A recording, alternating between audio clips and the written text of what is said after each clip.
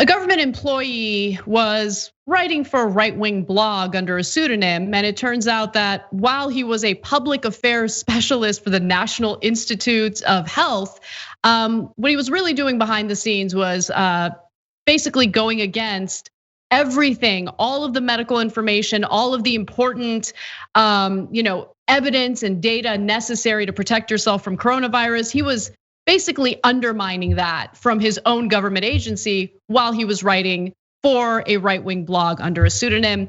His name is William B. Cruz, and he has now decided to take an early retirement. And by day, he's a public affairs specialist for the National Institute of Allergy and Infectious Diseases. But for years, he's been writing for Red State under, is it Strife? Is it Streif? I don't know. It's Strife, okay, pseudonym. And in that capacity, he has been contributing to the very same disinformation campaign that his superiors at the government agency say is a major challenge to widespread efforts to control a pandemic that has claimed roughly 200,000 people in the United States. And so he's actually been writing for Red State since 2004. He's one of the website's biggest contributors. It's just that he had to write under the pseudonym because he was also working for the federal government. Strife's posts criticized Fauci, and he described him as a mask Nazi and derided him as an attention grubbing and media whoring person, Anthony Fauci. So look, this is, for everything we hear from the Trump administration about a deep state, like this is a guy who's undermining a government agency's message on how to keep people safe.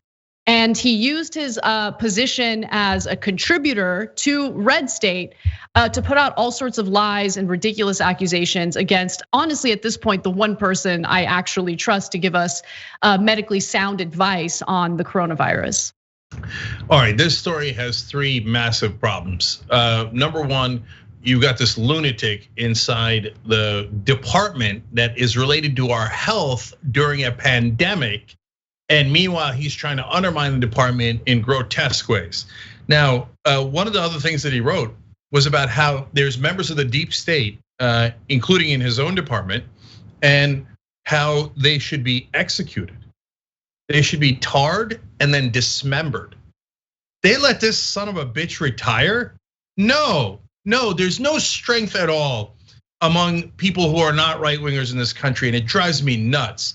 No, you don't let that guy retire. You fire him publicly, and you say this guy should never work in government again. The way that he betrayed his colleagues by calling for their dismemberment is grotesque. If we catch anyone doing 1% of what he did, you're also going to be fired, and we're gonna make sure that you never, ever get a pension or anything like that from the US government that you betrayed, okay?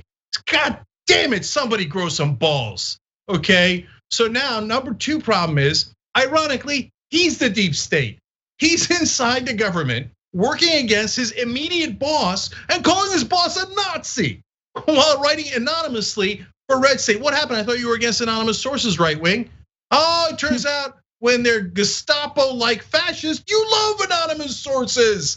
And I thought you were against the deep state. When the deep state is undermining actual scientists and doctors, you love the deep state. So get real. By the way, this guy's been in government since 2007. God knows what he's done to undermine Obama when he was there.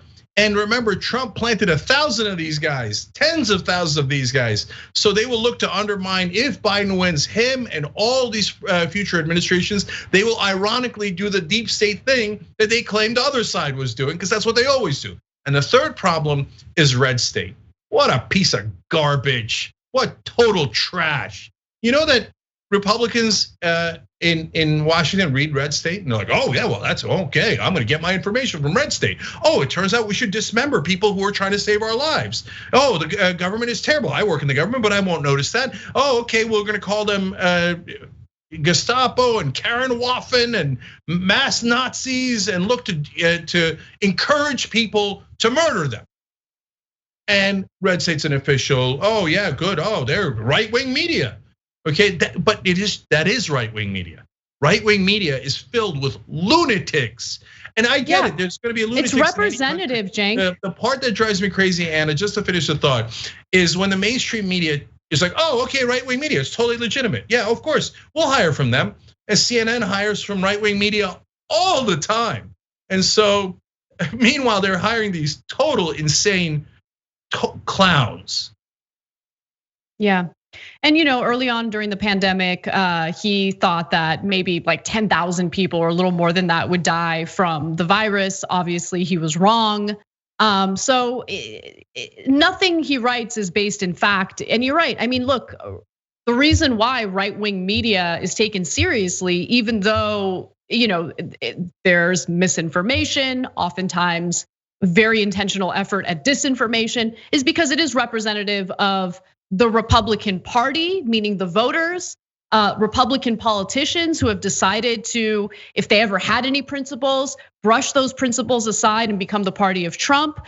And so, yeah, this lunacy does exist in right-wing media. It is taken seriously because it represents a wing of politics in this country. And yeah, it's depressing, but look, I've personally gotten to a point where I don't care anymore. I don't care. You guys don't want to wear masks, don't wear masks. I don't care. I want to stay away from everybody. I want to do what's right around others. I want to care about my own health and the health of others around me.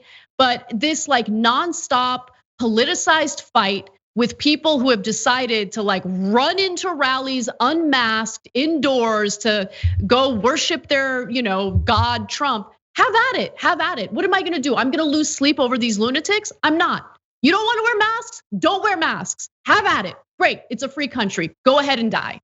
That's your decision to make. Your body, your choice. Thanks for watching The Young Turks, really appreciate it. Another way to show support is through YouTube memberships. You'll get to interact with us more. There's live chat emojis, badges.